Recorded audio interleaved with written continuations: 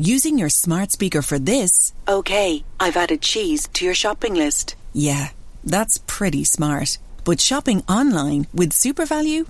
That's even smarter. Have the best produce hand-picked and delivered straight to your door. Download the SuperValue app now or shop online at supervalue.ie.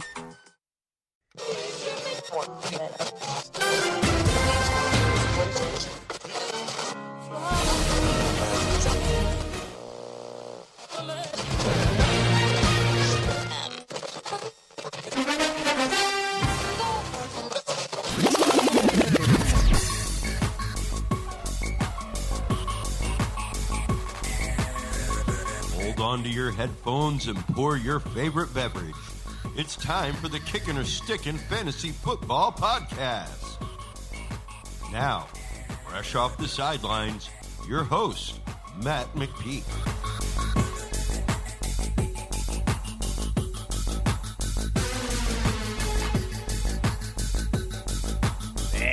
Freaks and geeks, what is up? Welcome to the Kickin or Stickin Fantasy Football Podcast. I'm the host, Matt McPeak. Thank you for tuning in. Got an awesome episode this week. I'm very excited about it. I've been pumped about this episode pretty much all summer. We're going to be talking nothing but tight ends tonight. Been doing the divisional breakdowns for the past 2 months now. But tonight we're going to get into what I think is one of the most fun positions in fantasy football. Yes, they are very hit or miss, but there's nothing like a dominating tight end. We're going to talk a little tight end draft strategy. Do you take one of these early top-tier guys, or do you wait it out and maybe take a later round guy? There's a lot of late round options for us this year. We're then going to check out some ADP, the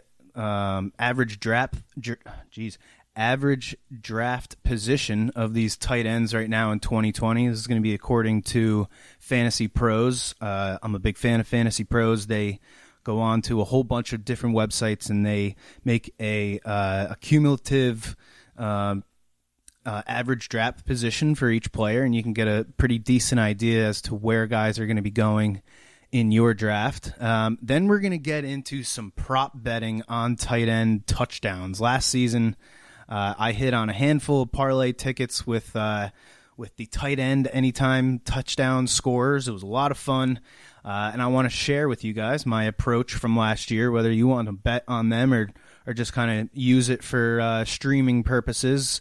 So yeah, let's get into it. Let's start with the ADP stuff, actually. Looking at the ADP of the 2020, this is half PPR tight ends in fantasy football right now. No surprise, Travis Kelce is going number 1, 17th overall. So I'm going to pretty much tag each one of these tight ends with either I think their value is the same as what it was last year. We can expect pretty much the same from them. Whether or not I think their value has gone up or whether I think they've gone down. Starting with Travis Kelce, I think pretty much his value is the same. He is the best tight end in football, and I think he'll be the best tight end in football again. I think he's on the best offense in football. His share of that offense probably won't change. The offense, besides Damian Williams opting out and then bringing in their first-round draft pick Clyde Edwards-Helaire, this offense hasn't changed at all. So I think it's pretty safe to say that Travis Kelce's expected target share and all that good stuff should be the same. George Kittle is going 3 picks behind him right now as the second tight end. I wouldn't be surprised if in some leagues people will take Kittle over Kelce. Maybe one of those guys that tends to value younger players a little more than the older players. Travis Kelce is a year older now. But Kelce, I think his value has gone up with the injury to Deebo Samuels and just all the youth that they have at wide receiver. I think Kittle could easily break the 120 target mark like Kelce and Ertz did last year. You look at 120 targets, that's 8 per game over 16 games. Then the next guy, Mark Andrews, who's going in the middle of the 4th round, or the last pick of the 3rd round if you're in a 12-team league. So he's going number 36 overall. I think his value has gone up. Yes, they did draft a pair of wide receivers in April, but the Ravens traded away Hayden Hurst, and I think they will have. I think they're going to have to throw the ball more this year. Andrews was 5th in targets last year with 98, but he had the most touchdowns, so they love him in the red zone. We'll talk a little bit more about him when we get into draft strategies. So that's the top tier. Unfortunately, I think Ertz is in a tier by himself. I'm not sure if I would put him in the same group as those other guys. Maybe in full PPR, maybe you can give him the edge over Andrews and maybe put Andrews in his separate tier. But Ertz, I think his value is the same. You know, they did draft a wide receiver in the 1st round because of their depth issues last year at wide receiver, but Ertz is just a huge part of the Eagles' offense. He has been for years, but I don't see a rookie coming in and really taking enough work from Ertz for me to be concerned about it. The prospect of Goddard getting more involved in the offense is a way bigger concern to me than the receiver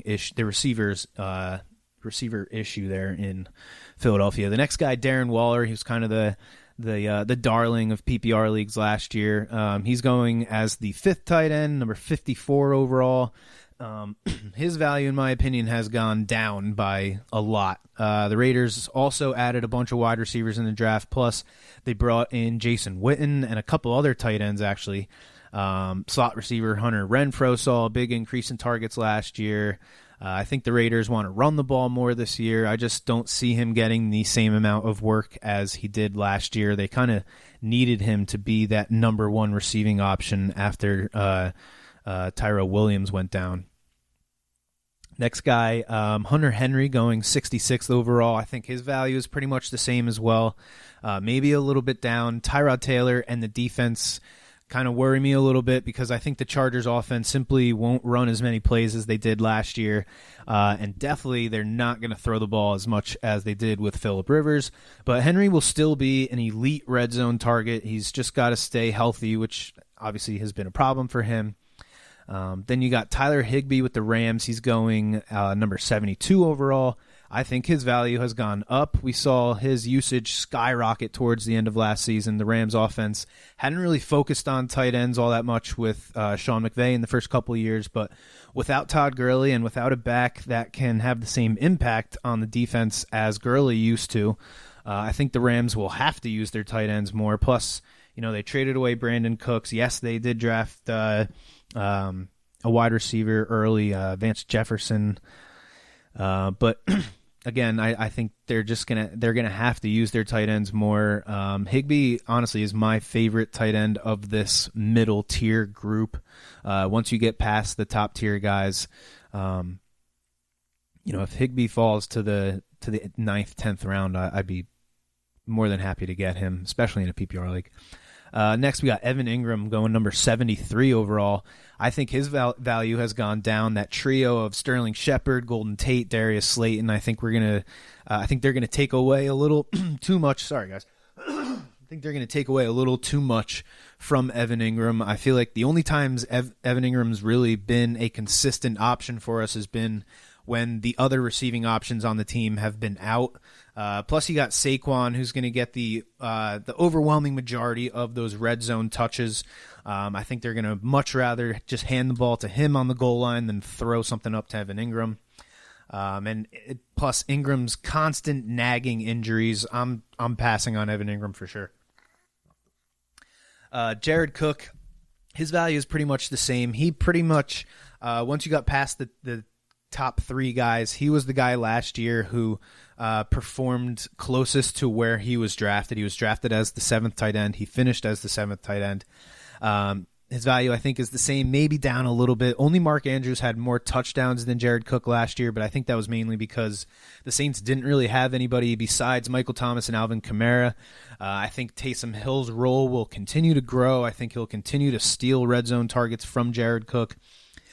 Plus, Emmanuel Sanders coming over finally gives them another reliable receiving option out wide. So I think that alone will probably take away a little bit from Jared Cook. Then we get into this tier 5, which I think has some of the best value of all the tight ends here. So starting with Austin Hooper going as the 10th tight end, 90th overall. I think his value is down a little bit. He changed teams this offseason, and yes, he joins a team with a head coach who has a proven history of knowing how to use tight ends. I just don't think he's going to get the same amount of targets that he saw in Atlanta. The Browns just have so many good options with Odell and Jarvis Landry, Kareem Hunt catching the ball out of the backfield.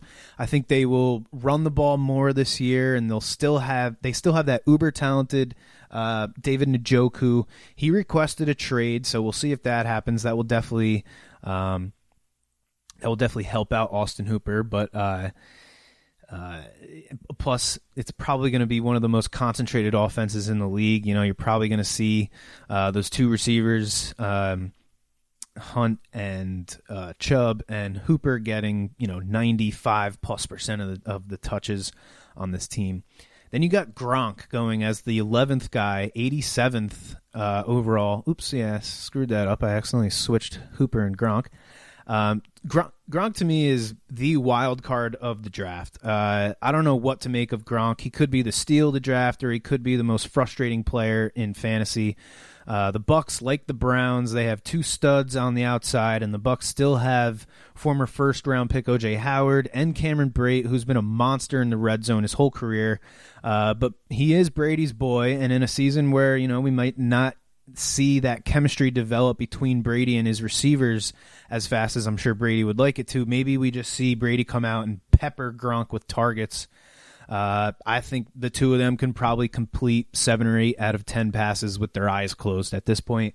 So I would not be surprised if Gronk ends up after the first couple weeks being the tight end 1, or he could be, tight end 15. Maybe they really do just spread the ball around with all these the group of talent that they have there.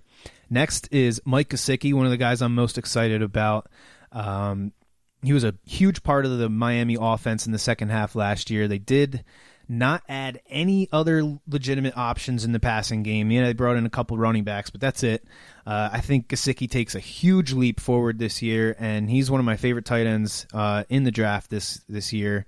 I would absolutely love to be able to get this dude as 119th overall, get him in the 12th, 13th round. That'd be great. Then you got Noah Fant. I'm very much down on Noah Fant, another team that made a whole bunch of additions at wide receiver and tight end. He's going to have a few great games here and there, but I think for the most part, he's going to be one of the most inconsistent players in fantasy. Then the next guy that I'm very excited about is Hayden Hurst. Big upswing in value, if you ask me. Hurst is the only guy that I'd be willing to target, really, after this group of the top 10 guys go.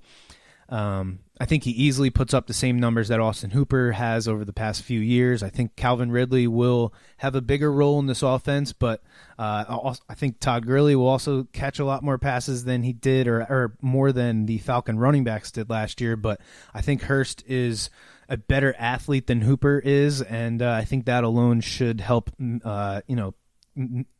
make some more plays. And I think he's just going to be awesome this year. Getting him as the 14th tight end taken, that to me is great value.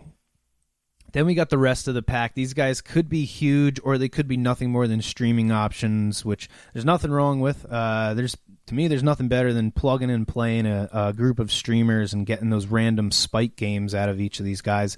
You got TJ Hawkinson as the 15th. He was a first-rounder last year, first-round pick in the real draft last year. Started off hot, had some injuries, obviously the QB problem, but he may have the most upside of any of these tight ends in this rest of pack group.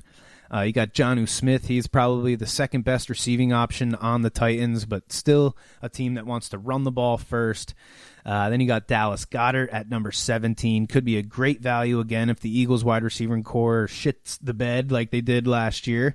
Number 18 is Eric Ebron. Ebron's really interesting to me. If Big Ben is healthy, Ebron could be a monster. but he's going to be splitting those tight end targets with Vance McDonald. Then you got Jack Doyle. So Doyle is another guy that could have a lot of upside with Phillip Rivers there. Doyle could be huge in the red zone. Granted, Trey Burton doesn't have a bounce-back season and take too much away from Jack Doyle. And then possibly the 20th tight end taken, possibly the biggest sleeper of the tight ends this year, with Witten gone and Jason Garrett gone. Yes, they drafted CeeDee Lamb in the first round, and they gave a big contract to Amari Cooper, but I think Jarwin will be more of an ancillary piece rather than a guy that they focus on in the offense. But because of how much talent that this offense has around him, it should be pretty damn easy for Blake Jarwin to get open. With CeeDee Lamb and Michael Gallup and Amari Cooper drawing so much attention. Then you got Zeke. I think Blake Jarwin could easily make a play or two a game and give us those 8 to 10 fantasy points that we need from a tight end for him to be a consistent starter. So that's the top 20 ADP tight ends for this year. Next, we're gonna start looking at some tight end draft strategies. So basically there's two strategies when it comes to drafting tight ends. Do you want to use one of your top 3 or 4 picks and go after one of those top 3 or 4 guys, or do you want to sit back and wait and either go for a mid-range guy in the 6th or 8th round, which I'm not crazy about at all, or just really wait it out and go for a late-round guy? First of all, I think the scoring system is the biggest thing for tight ends, maybe the most of all the positions. PPR leagues really open up the tight end position so much. In PPR leagues, non-PPR leagues, you're pretty much just looking for guys that have the best opportunity to score. I think your draft slot is another big part of deciding, where you should target your first tight end. I think it makes the most sense if you're picking at either the beginning or the end of a round. Generally, the closer you are to that pivot point in a snake draft, the more you have to either reach for a player that you really like or take a guy that has kind of fallen that maybe a lot of the other owners in your league are kind of low on. Let's say you're picking 10th in a 12-team league in a half PPR or full PPR, whatever it is. I think that early 4th-round pick this year is a great spot to get whichever one of the top 4 is still available between Kelsey, Kittle, Ertz, and Mark Andrews. In non-PPR leagues, I think Andrews in the 4th round is an absolute steal. Generally this season, if I don't get my hands on a top tight end, I will wait until the middle of the pack tight end 1 guys all go. So waiting for Waller, Hunter Henry, Evan Ingram, Jared Cook to all get off the board. By that point, you're looking at probably the first 8 guys have gone. And then I'll start considering Tyler Higbee and Austin Hooper. If I still don't have a tight end by the 8th, 9th round, then I'm going to start really thinking about when I'm going to take either Hayden Hurst or Mike Gesicki. Those are my 2 guys in the middle of the draft for me this year. If they both get sniped up, then I will continue to just wait it out, and I'll take either TJ Hawkinson or Eric Ebron or Jack Doyle and just accept the fact that I'm either going to hit on one of these late-round guys and they're going to be an every-week starter for me, or I'm just going to be streaming tight ends. Tight end is the last position that I want to reach for on draft day. You look at the top 10 guys from last year and where they were drafted. Only half of the top 10 tight ends from 2019 were among the first 10 tight ends drafted. So obviously Kelsey, Kittle, Ertz, they were the first 3 drafted and they finished 1, 2, and 5. But then you look at Darren Waller, who was the 21st tight end taken, and he finished number 3. Mark Andrews was the 15th tight end drafted. He finished 4. Austin Hooper was the 12th guy on draft day, but he finished 6th at the end of the season. Tyler Higbee wasn't even drafted in a large majority of leagues, and he finished 8th. So these guys, they come out of nowhere every year. So my advice is stay away from those middle-tier guys. Use those middle rounds to really load up on the huge depth of good wide receivers that there's going to be available in the middle of this draft. Stick to running backs early. This is an old school throwback year to me. I'm going to go running back early. Take those good valued wide receivers in the middle of the draft, and then once you get to the double-digit rounds, then start looking for those tight ends that have fallen. Especially if you're at the end of a snake, because if let's say you start the run on backup tight ends, you're one of the last guys to take your first tight end. You might be able to get a guy that a tight end one that has fallen, and you might be able to start that second run, which will then push a guy that from a different position, maybe another running back or wide receiver. They will then fall to you because everybody else has started taking their second tight end. So that's my basic strategy when it comes to tight ends.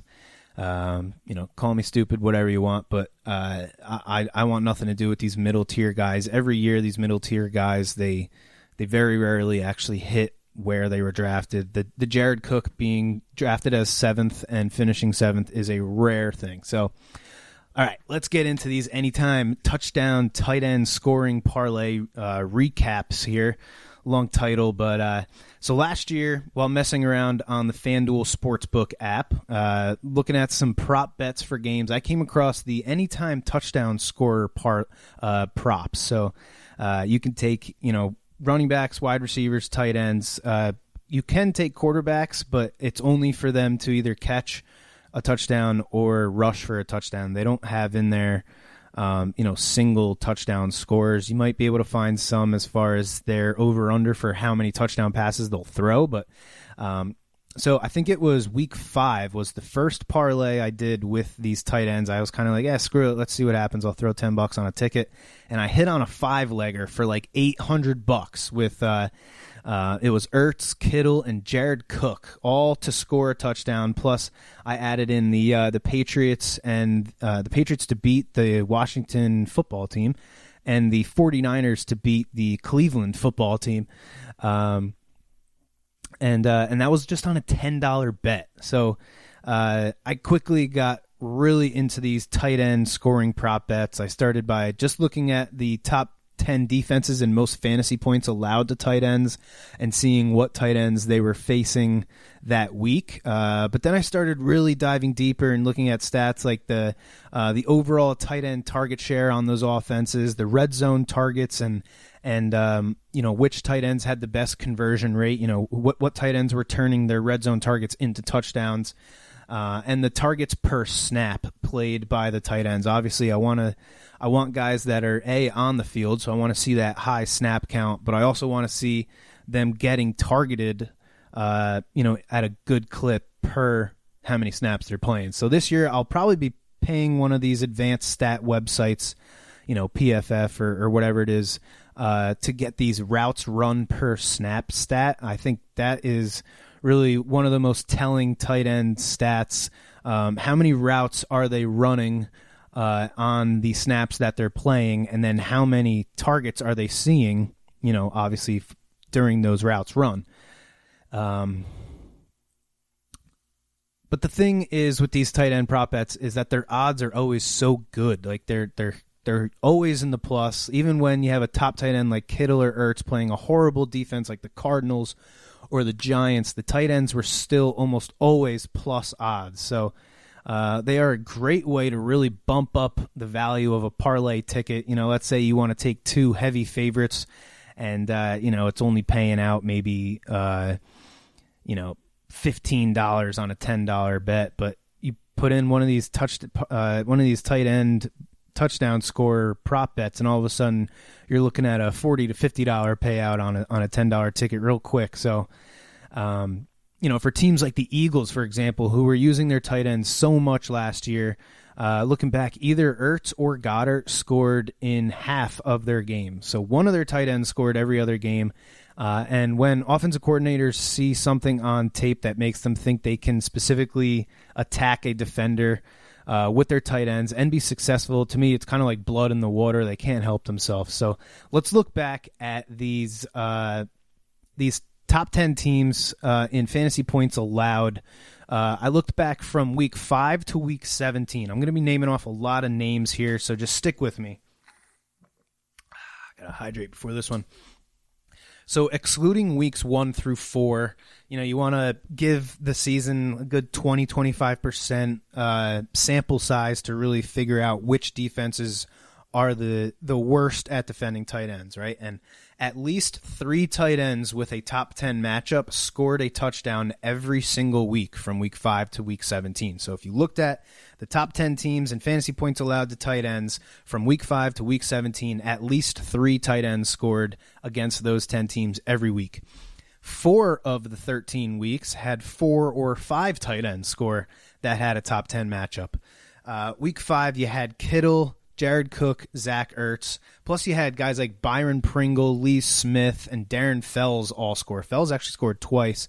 The first 3 names are obviously the much better known guys, but if you can take a flyer on a guy like Lee Smith or Byron Pringle to score, you're talking huge plus odds on those tickets.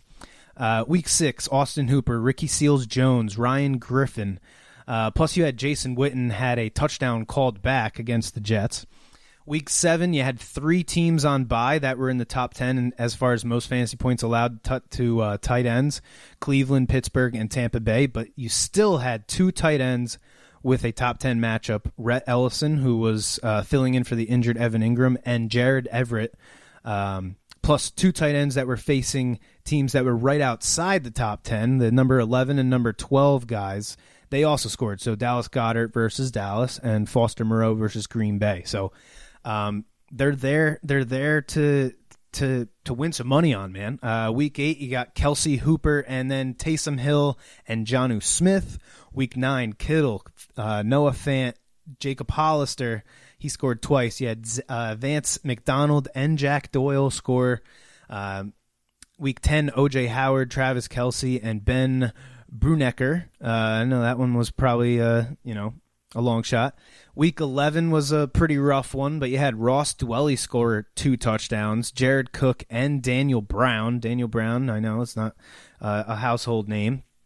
But then week 12, you got Mike Gesicki, who was really starting to come on, and then 2 of the top 3 guys, Zach Ertz and George Kittle. So that's 2 weeks that Kittle and Ertz scored together. There was 2 weeks where Travis Kelce and George Kittle scored together.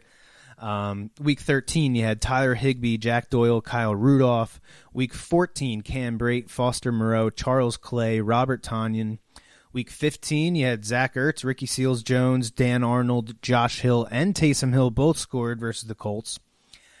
Week 16, Mark Andrews scored, Jared Cook scored twice, and Caden Smith scored, who was filling in for both Evan Ingram and whoever the hell that other tight end was, Rhett Ellison with the Giants. And then week 17, Tyler Higbee, CJ Uzama, and then 2 kind of lesser-known guys, Ty Sambrillo and Mecole Pruitt.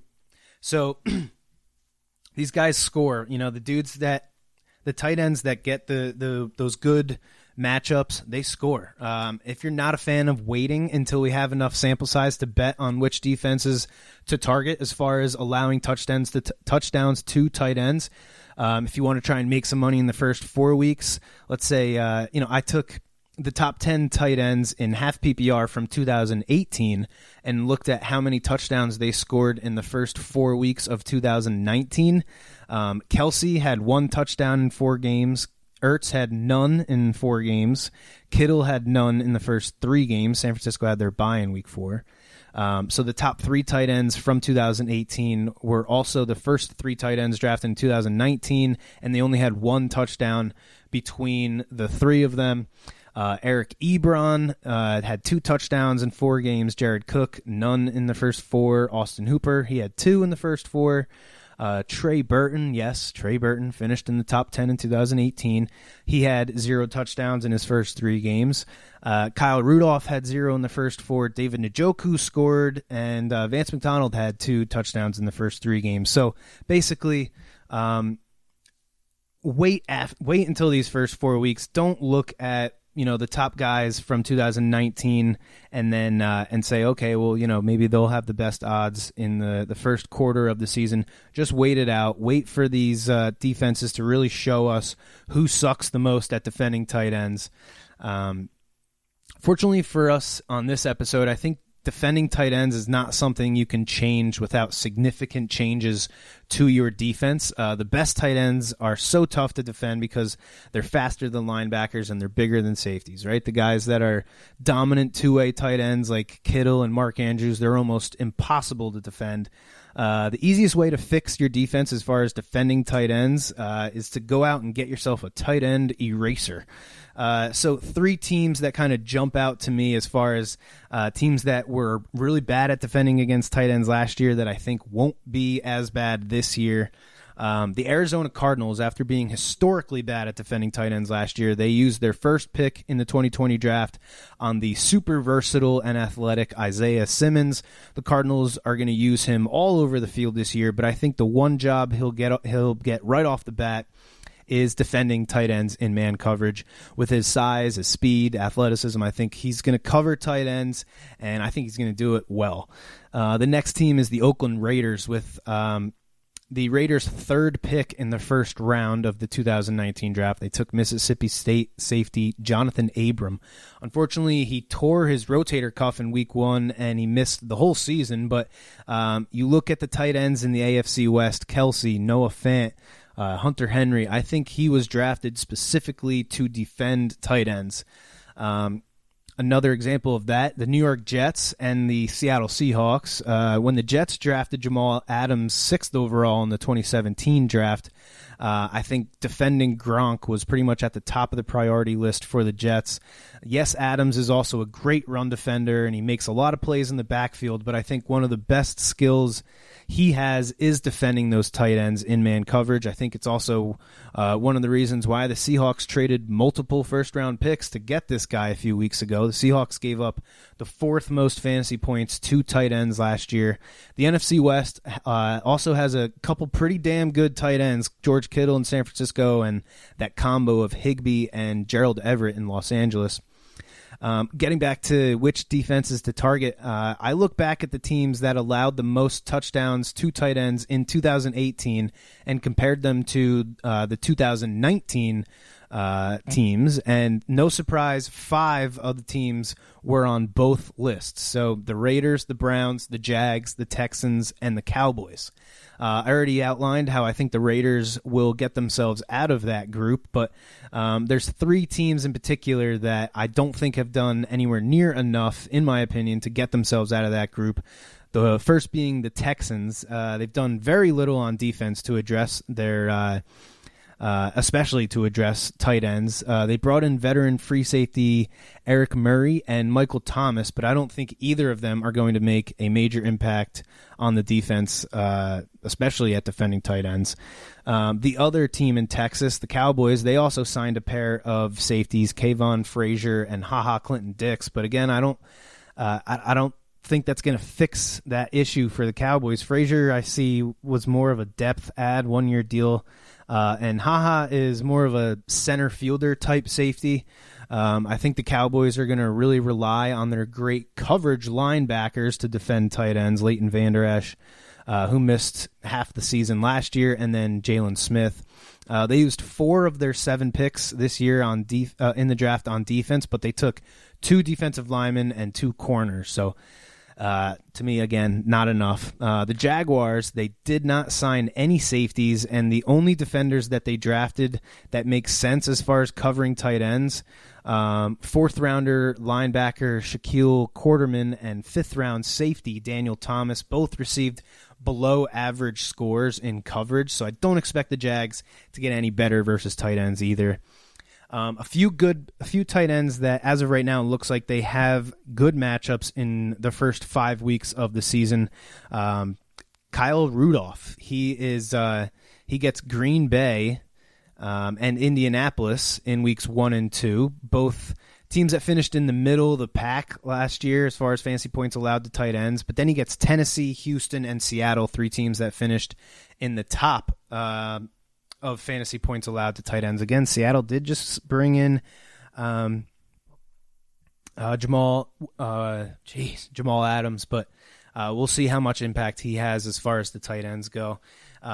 Kyle Rudolph right now is being drafted as the 21st tight end, 184 overall. So again, if you want to wait on draft day for tight ends, he's a guy that has good matchups in the first part of the season. You can take him with one of your last picks and then, find a tight end throughout the season to maybe plug in and just play the matchups. Then Tyler Higbee, he gets Dallas, Philly, Buffalo, Washington, and the New York Football Giants. 3 pretty good matchups in there. So he's another guy who's getting drafted, in the middle of the pack that he could really be a boom play for us. So sorry I went a couple minutes over that half-hour mark that we're trying to hit, but I've been really excited about this episode. I hope you guys liked it. Tight ends are a lot of fun. I don't know if you're in a state that allows gambling, but if you are, trust me, play one of these. Put together a parlay with a couple of big favorites, and then throw on a tight end that looks like he's got a good chance to score. Maybe George Kittle one of these first couple of weeks, and make some money. So thanks again for tuning in. Check us out next week. I think we're going to do maybe quarterbacks next week. I don't know. We got the next three weeks are going to be position breakdowns. So as always, may the fantasy gods be cruel to your opponents. You have been listening to the Kickin' or Stickin' Fantasy Football Podcast. For more great episodes and information, follow us on social media and tune in every week. Kickin' or Stickin' is available on Google Podcasts, iTunes, iHeartRadio, Spotify, Alexa, Reach.tv, or your favorite podcast service. Kickin' or Stickin' is a proud member of the HC Universal Network family of podcasts. To find out more about this and other great shows on our network, visit us online at hcuniversalnetwork.com today. Fantasy football is fun, but gambling addiction destroys lives. If you or someone you love suffers from gambling addiction, please do not be afraid to seek help. The National Council on Problem Gambling operates the National Problem Gambling Helpline Network. Contact them today at 1-800-522-4700. Thank you for tuning in to the Kickin' or Stickin' Fantasy Football Podcast. Please remember to play responsibly and always look for your man downfield.